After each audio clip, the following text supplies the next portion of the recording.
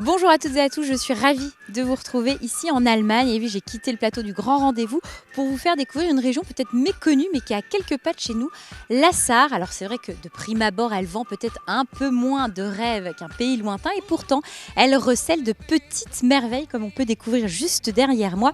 Je vais vous donner comme ça quelques chiffres. Alors il faut savoir qu'en Sarre, il y a à peu près 1 million d'habitants. On est à 1 heure de Metz et on se situe donc au cœur de l'Europe entre le Luxembourg, la Rhénanie-Palatinat et notre région, la Lorraine. Alors on ira très bientôt à Sarrebruck, qui est quand même la capitale incontournable. Il y a beaucoup de Lorrains qui aiment s'y rendre. Mais avant ça, moi je voulais vous faire découvrir une autre facette de cette région. Et une facette plus verdoyante, la nature, les grands espaces et aussi les sentiers de randonnée, puisque ici ça se pratique énormément.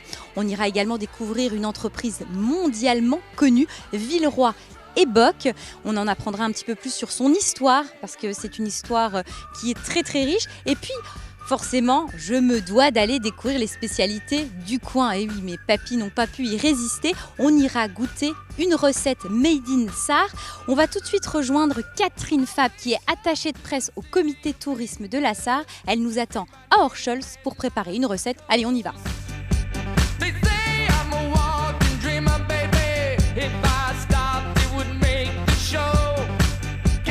Bonjour Catherine. Catherine qui est notre boussole aujourd'hui. Est-ce que vous allez bien? La forme? Très bien, la forme. Bon. Premier lieu aujourd'hui, donc c'est un hôtel-restaurant qui allie, je dirais, élégance et gastronomie. Et c'est un établissement familial 3e génération, Catherine.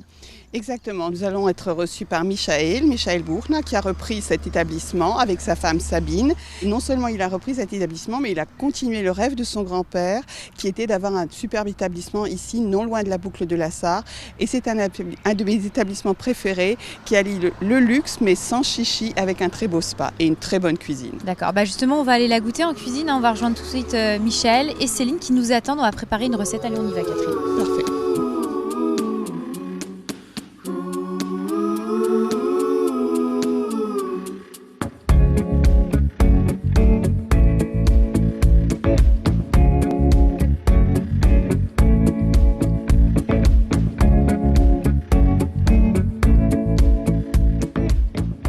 Nous sommes en cuisine en compagnie de Michael Buchner, propriétaire de l'établissement. Bonjour Michel. Alors, bonjour. Et donc également à nos côtés, la chef de cuisine, c'est Céline Weiss, qui est française d'ailleurs. Et ça fait 17 ans qu'elle officie ici. Qu'est-ce qu'on va préparer, Michel, aujourd'hui? Une terrine de saumon avec salade asperges vertes et sureau frit. D'accord, un sureau frit. Donc on commence par quoi? Lever les filets, je suppose? Lever les filets, oui. Donc je vous laisse faire, parce que ça, je pense pas qu'avec Catherine, on maîtrise le geste. Non, je dois avouer que je ne maîtrise pas du tout le geste. Je maîtrise la dégustation, ça je peux vous le dire. Ah d'accord, bon ça on verra après alors, hein, Catherine. On verra ça après. Donc ça c'est un produit et une recette qui est un élément, je dirais, phare de la maison. Oui, donc ça fait longtemps, des années qu'on la pratique. Elle est toujours très appréciée de nos clients. D'accord, donc ça c'est par exemple une recette qu'on retire jamais de la carte. Voilà. Un incontournable. Et vous, ça fait 17 ans que vous travaillez ici. Céline, vous êtes française. Qu'est-ce qui vous a donné envie de venir ici? Donc à l'époque, je cherchais à travailler. J'ai commencé ici comme simple garde-manger. Et donc j'ai terminé comme, je ne veux pas dire chef de cuisine, mais bon, avec quelques responsabilités. C'est vrai que la cuisine sarroise ressemble énormément à la cuisine française. Est-ce que vous étiez surprise de ça? C'est-à-dire, on parle toujours de la France et de la gastronomie. Est-ce que quand vous êtes arrivé ici, vous êtes arrivé un petit peu avec des préjugés en vous disant « ouais, on verra bien, je quitte quand même le pays de la gastronomie ». C'était un peu ça, l'idée au début, pleine de préjugés et surprise du coup. Oui. Mais bon, oui, c'est sûr qu'ils ont leur spécialité. Mais ils regardent quand même ce que les Lorrains font. Ah, Et ils on surveillent de utilise- l'autre côté de la on frontière, fait quand même. d'accord. Ah oui, mais les Sarrois ont aussi le droit de manger, le Lorrain. Exactement. Donc, on a levé les filets. Michel est en train de s'occuper des asperges. Hein, il retire tous les petits éléments gênants. Elle est tellement bien faite, et tellement fraîche, et tellement faite à cœur qu'on ne va même pas l'éplucher. On va un peu la nettoyer. Bon, il travaille plutôt bien, hein, Michel. C'est qui le chef ici, en fait? Je vous taquine avec ça, il travaille. Vous travaillez à quatre mains. Voilà, l'idée, elle est là. Voilà.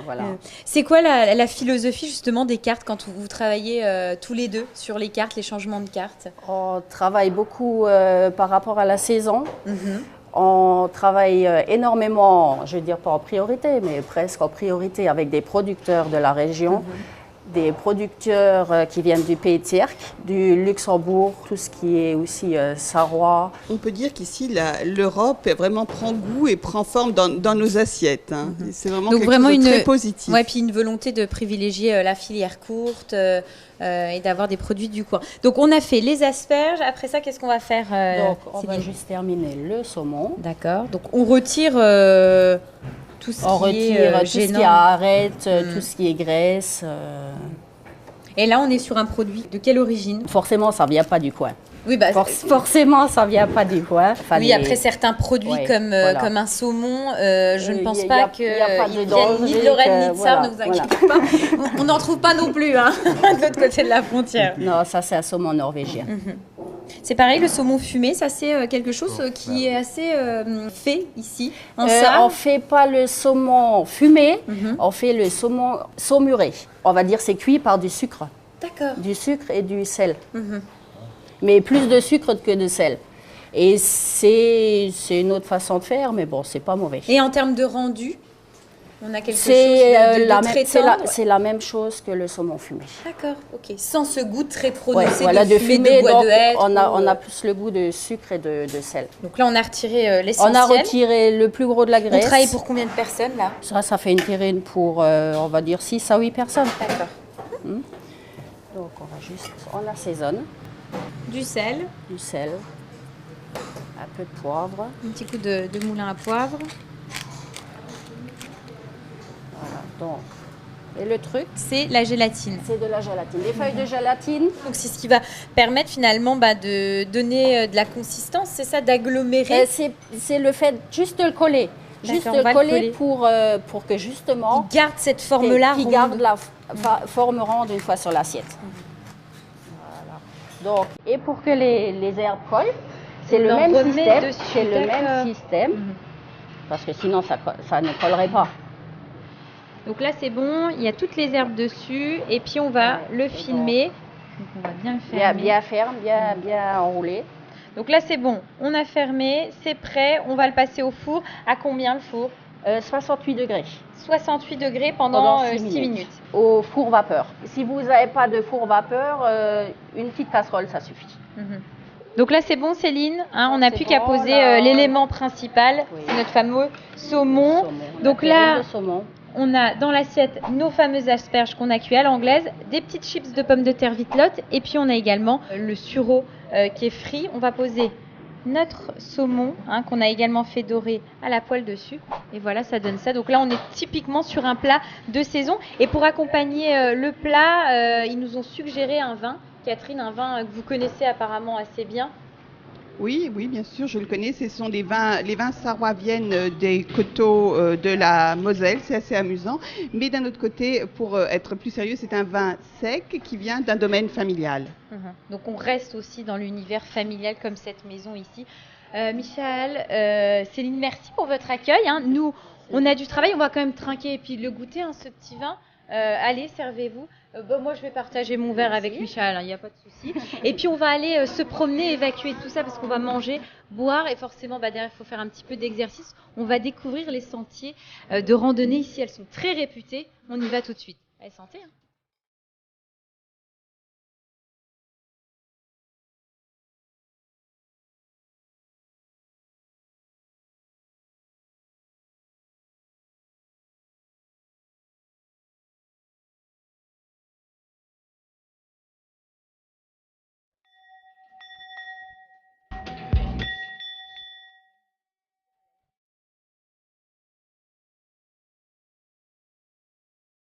Donc Catherine, on est ici sur un bac qui nous emmène au sentier de randonnée.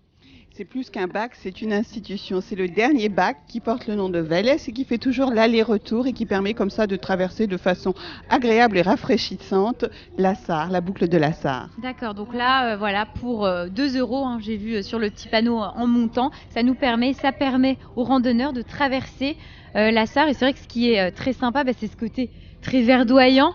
On profite de faire un petit tour en bateau, on se repose les pieds avant d'attaquer, c'est ça l'idée? C'est ça l'idée. Et ce qui est aussi bien, c'est aussi les cyclistes peuvent aussi le prendre, c'est-à-dire ils peuvent aussi traverser la Sarre, pas besoin d'aller chercher un pont qui est beaucoup plus loin. D'accord, bon on va aller les tester, ces fameux sentiers de randonnée labellisés, hein. On y va? Ah oui, toujours. Bon, moi je vais faire un petit échauffement. Mais il faut s'échauffer, Catherine, non? Non, je ne me chauffe pas. Ah vous c'est comme ça, aussi moi un petit peu, j'en sais jamais, je vais peut-être me faire un claquage, je marche jamais alors. Bon allez, on y va.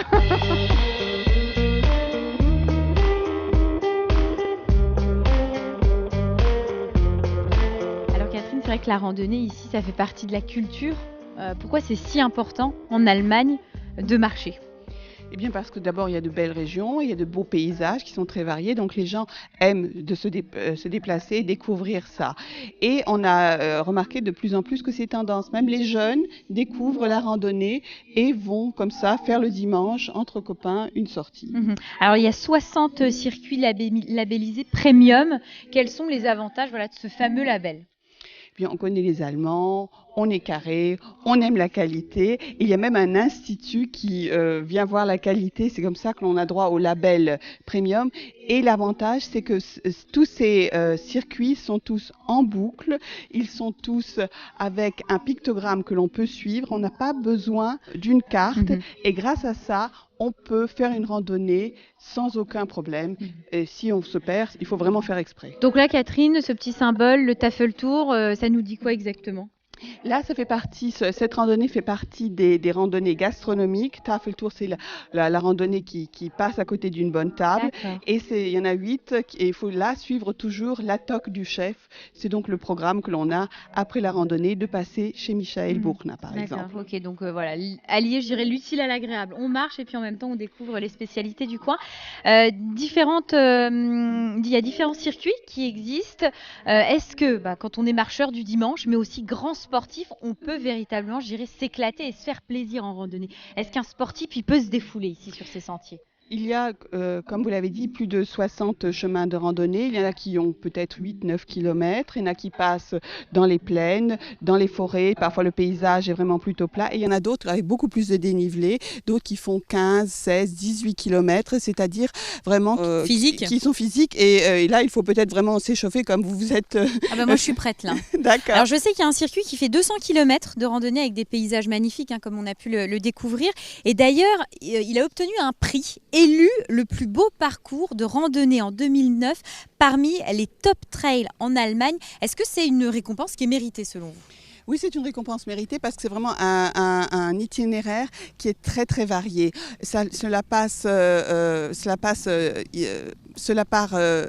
Avant, il partait même d'ici et pour montrer vraiment l'esprit de qualité, il a été rallongé et il part même de Perles, c'est-à-dire du côté du pays des Trois Frontières.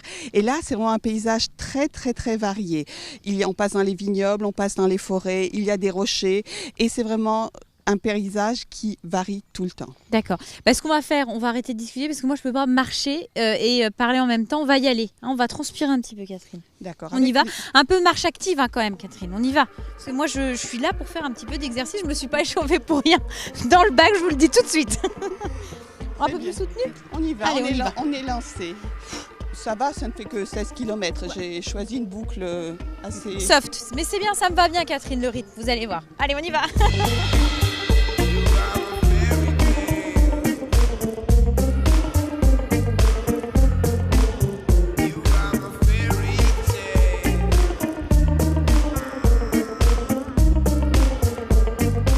Je crois que Catherine, ça y est, on arrive, enfin. Oui, enfin, on a fini ce circuit qui est donc, comme tous les circuits de randonnée en Sarre, toujours en boucle. C'est ça qui est agréable. On n'a pas besoin de déplacer une voiture. On la laisse au point de départ qui est le même temps le point d'arrivée. On en parlait aussi tout à l'heure, l'importance de la signalétique. On les a vus sur tout le parcours. C'est vrai que c'est très très bien balisé, très bien indiqué. Et là-dessus, qu'on parle anglais, français, italien, de toute façon, c'est très clair. Des petits symboles, des petits logos et hop, c'est fluide, on ne se perd pas. On ne se perd pas, on suit le pictogramme. Et ce qui est bien, c'est que c'est balisé dans les deux sens. On recommande toujours un sens parce qu'il y a toujours une dramaturgie de la randonnée. Les collègues quand même développent ça comme ça. Mais on peut faire les circuits de randonnée en boucle dans les deux sens. Alors ce qu'on va faire, on va aller voir le banc. En préparant cette émission, vous m'en avez énormément parlé. Un banc où normalement c'est presque interdit de s'y mettre, je crois. Mais bon, on va le tester. On a marché 16 km, je pense qu'on peut quand même le tester. On va y aller? Oui, ce sont des bancs qui sont très typiques pour toutes ces randonnées. Ce sont des bancs où on peut justement se reposer et admirer les paysages. D'accord, voilà. Mais c'est un petit peu un piège. C'est-à-dire qu'après, il faut quelqu'un pour nous désincarcérer après 16 km quand même de randonnée. Écoutez, quand même... non mais la position, là, on est au top. Oui, maintenant, si vous continuez comme ça, je me tais. Non mais c'est vrai. Je profite du paysage. C'est magnifique. Alors, je suis assez bluffée. Parce que je vais vous l'avouer, Catherine, quand je suis venue ici, je me suis dit d'accord, ça va être verdoyant, ça va être sympa, ok. Non, là, j'avoue que je suis assez bluffée, vraiment. C'est pas vraiment encore connu que la Sarre, c'est quand même plus verdoyant que la Bavière. La Bavière, tout le monde connaît ça, on a ces images de grandes forêts et tout. Ici, nous avons beaucoup de forêts, beaucoup de coins verts à découvrir. C'est vraiment beaucoup de plaisir cette randonnée, même si on a marché 16 km et que c'était assez physique. Heureusement qu'on s'est échauffé. C'est la conclusion quand même de cette randonnée, moi c'est tout ce que j'ai à dire. Et puis sinon, non, c'est vrai que le cadre est magnifique. Alors, il y a beaucoup de choses à découvrir ici. Et il y a un point très très important aussi, c'est les événements culturels. Et moi, je voulais évoquer un événement que vous m'aviez recommandé. Ça se passera au mois d'août. C'est le Jardin en Lumière. Un événement donc, qui se passe au Jardin d'Essence à Merzig. Je pense que je le dis correctement. C'est très bien. Vous allez devenir vraiment une germaniste distinguée. Et ce jardin a une particularité, c'est un jardin qui fait partie du réseau Jardins sans limite, les jardins que vous connaissez aussi déjà en Moselle, il y en a certains en Sarre et aussi au Luxembourg. Et ce Jardin sans limite fait une fois par an cet événement tout en lumière et bien sûr c'est la nuit, c'est en nocturne. Voilà, l'idée est simple, découvrir ou redécouvrir finalement ce site verdoyant. Je crois qu'il y a 11 parcelles de lieux avec des roses, des fleurs magnifiques à découvrir et donc ce lieu exceptionnellement, une fois dans l'année, au mois d'août, il y a des nocturnes avec des jeux de lumière et les sens sont en éveil, voir, sentir, toucher et entendre véritablement. On peut utiliser tous nos sens dans ce fameux jardin qui porte ce nom-là, le Jardin d'Essence. Donc ça sera à Merzig du 1er au 3 août de 20h à 1h du matin. Ça, c'était pour les nocturnes. Et puis moi, je vous invite vraiment à y aller. En plus, l'entrée est libre. Donc c'est vrai qu'on peut y aller avec toute la famille et c'est relativement sympa. Et à présent, Catherine, on va évoquer un lieu peut-être méconnu des Lorrains. Personnellement, je ne savais pas du tout que l'entreprise Villeroy & Boch avait son siège social ici, à Mettlar. Alors tout le monde connaît cette société connue pour tout ce qui est céramique. Et moi, je vous propose de découvrir l'envers du décor d'un magasin d'usine. Et oui, tasse à café, carreaux de carrelage ou encore assiettes. On peut véritablement tout trouver siglé Villeroy & Boch à des prix massacrés. Comment fonctionne un magasin d'usine? Un reportage signé donc par la rédaction de Mirabel TV. Outlet, ici c'est le mot à la mode. Il s'affiche sans complexe sur chaque devanture des magasins de la vieille ville de Mettlar. Car ici, pas de tabou, les produits sont tous des fins de série ou des seconds choix de production. Et c'est bien ce que viennent chercher les touristes. Vaisselle, vêtements, linge de maison. Dans ce village de magasins d'usine, les produits sont haut de gamme et à prix cassé. À Mettlar, il y a à peu près 15 magasins d'usine qui distribuent des produits culinaires, qui distribuent par exemple du textile intérieur, qui distribuent des vêtements, sportswear, Lands' End par exemple, Bassetti pour le textile, Vossen pour le linge de toilette, des chaussures également. Donc il y a une panoplie assez large de magasins d'usine qui rend le site attractif. Et celle qui a initié ce concept dans la région, il y a presque 50 ans, c'est l'entreprise de production céramique mondialement connue Villeroy & Boch.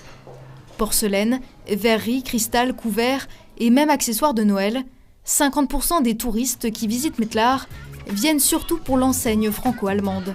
Mettlar est un petit peu la ville de Villeroy & Boch. Effectivement, on emploie 7500 personnes dans le monde entier, mais pas loin de 1800 en Sarre, dont un très grand nombre à Mettlar, que ce soit dans les services du siège ou dans la production. Et ce qui fait la force de ce village un peu spécial, c'est aussi sa localisation. Situé à 50 km de Sarrebruck et à moins d'1 heure de route de Metz, Mettlar attire aussi bien Sarrois que frontaliers français. Et pour les amoureux de la nature, pas besoin de choisir entre shopping et tourisme vert. Avec la boucle de la Sarre à quelques mètres, vous pourrez profiter autant des bonnes affaires que d'un voyage au fil de l'eau exceptionnel.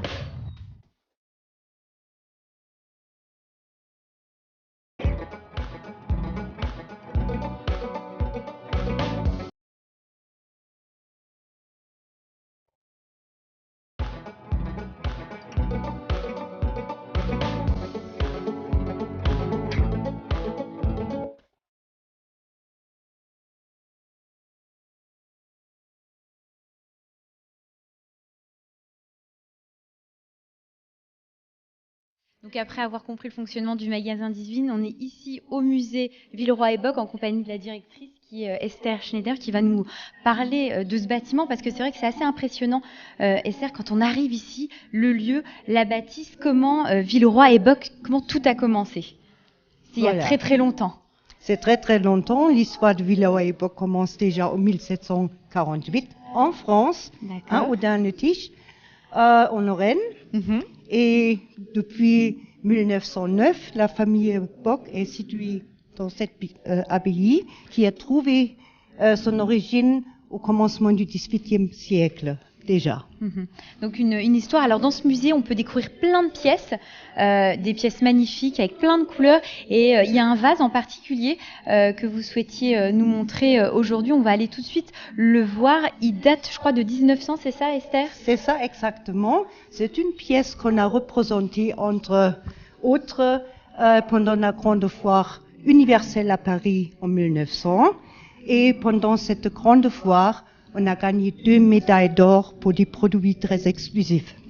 Alors, des prix, il faut savoir que en préparant cette émission, je me suis aperçue, et je n'avais jamais réfléchi à tout ça, que Villeroy & Boch a cette réputation de qualité, cette notoriété mondiale, mais c'est surtout aussi l'innovation. Ça, c'est véritablement un des éléments moteurs de cette entreprise.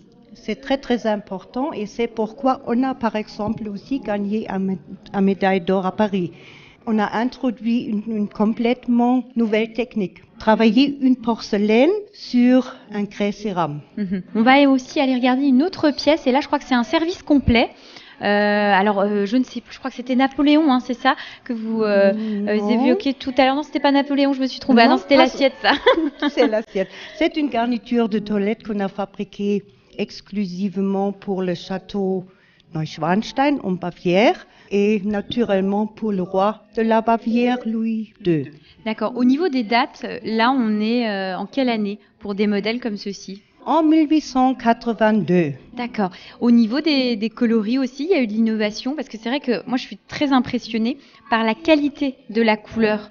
Comment on obtient des coloris comme ça ? Est-ce que les techniques utilisées à cette époque-là, ce sont les mêmes aujourd'hui ? Non. Ce sont des techniques très historiques, très traditionnelles. On a travaillé avec des émaux colorés. On a appliqué la peinture, la dorure à la main. Et la combinaison des couleurs, le rouge, le bleu turquoise, sont très très difficiles à traiter. Est-ce que Villeroy & Boch a une marque de fabrique ? C'est-à-dire, je ne parle pas qualité bien sûr, innovation, mais plutôt dans les formes, dans les lignes. Est-ce que Villeroy & Boch a vraiment une marque de fabrique, une empreinte ? C'est le décor et c'est la forme des pièces. Oui, c'est vrai qu'on reconnaît toujours que c'est une forme particulière. Et je dois dire, en tant que Sarroise, quand on va chez quelqu'un et qu'on n'est pas sûr, on prend l'assiette et on regarde sous la soucoupe s'il y a peut-être le nom Villeroy & Boch, on dit « je reconnais ». Où est-ce que tous les modèles sont vendus, les clients ? C'est mondial ? Partout. D'accord. partout. Et ça fait très très longtemps que ça dure. On va tout de suite aller découvrir, je crois, une pièce et des carreaux qui étaient dans le Titanic. Oui, Donc on y va, vous nous emmenez, Esther? bien volontiers.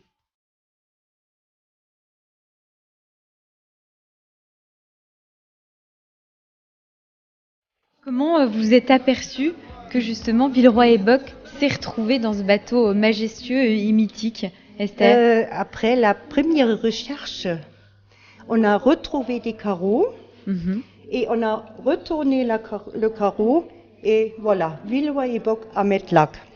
Dans nos archives, il n'y a aucune preuve que nous avons travaillé ensemble avec les fabricants de la Titanic, mais après avoir fait des découvertes, on a un peu recherché et on a fabriqué 4 types de carreaux pour la Titanic. Grande surprise pour nous. Grande et bonne surprise parce que c'est vrai qu'à l'époque, ce bateau-là était quand même synonyme de luxe, de qualité. Donc c'est magnifique d'avoir cette association de cette marque imposante avec ce bateau si majestueux. J'imagine que pour vous, c'est génial. C'est une belle génial, récompense. Vraiment. Merci en tout cas Esther pour l'accueil, pour toutes les pièces parce qu'il y en a encore beaucoup d'autres à découvrir. Oui, je me doute bien Esther.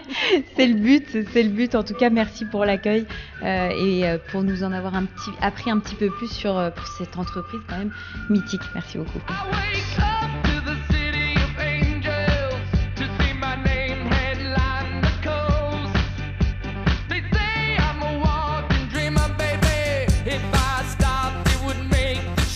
Ça y est, l'émission se termine. Déjà, Catherine, c'est passé vite cette journée. Oui, les 16 km, c'était un plaisir avec vous. Merci, après le plaisir partagé. C'est vrai que j'en ai découvert beaucoup. J'imaginais pas que c'était aussi verdoyant, aussi calme, aussi nature. Et puis l'entreprise Villeroy et Boch, je pense que je m'en souviendrai. Surtout le musée, il est quand même incontournable et magnifique.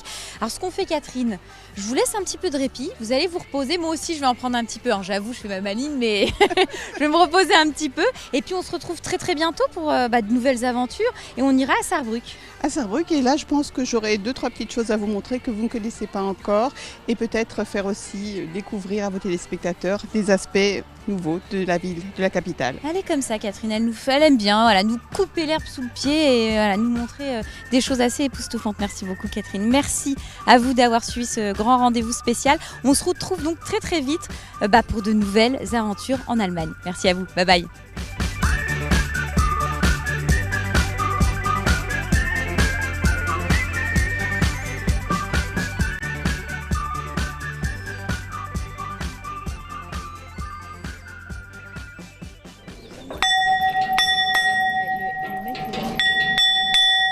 Il va se dire, oh là là, l'excité.